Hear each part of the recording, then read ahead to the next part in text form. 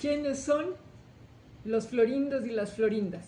¿Quiénes componen en Ecuador a la florindería local? A ver, el término fue acuñado por el argentino Rafael Ton al hablar sobre el síndrome de Doña Florinda. ¿Qué es lo que hace Ton? Analiza cuáles son las relaciones socioeconómicas en la vecindad del Chavo y para él, Doña Florinda representa el arribismo social. Yo no estoy muy de acuerdo con eso. Yo creo que más bien Doña Florinda es como la avenida menos, ¿no? La que tenía más posibilidades, perdió esas posibilidades y le tocó vivir en la vecindad y por eso cree que el resto son chusma. Pero en fin, no importa. Acabo de decir, ¿quiénes son los florindas? Los florindos son los arribistas sociales.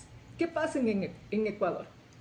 A ver, hay estas personas que pertenecen a la clase media baja, que gracias a las políticas implementadas, esta es la paradoja y también la causa, bueno, gracias a las políticas implementadas por Rafael Correa, lograron percibir más ingresos. Ojo, no estoy diciendo que lograron escalar un estrato social más alto, sino que percibieron más ingresos y por ello quieren desesperadamente, este es de la revista social, quieren desesperadamente pertenecer a la clase alta. ¿Qué hacen? Para subir, para escalar, compran una serie de productos, de cosas que creen que les da estatus, ¿no? Entonces, por ejemplo, se compran el Rolex y es todo lo contrario, porque qué mal gusto, ¿no? Pero bueno, dicen entonces van con el Rolex porque dicen que eso les da estatus. Tratan de comprarse carros, vehículos de ciertas marcas también por lo mismo.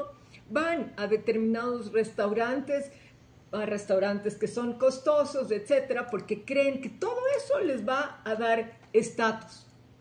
Lo triste, lo lamentable es que, y además de eso, me estaba olvidando lo más importante, y votan por la derecha, ¿no? Porque creen que votando como la clase alta, que votando como la derecha y por la derecha, también van a ser aceptados, ¿no? por este grupo.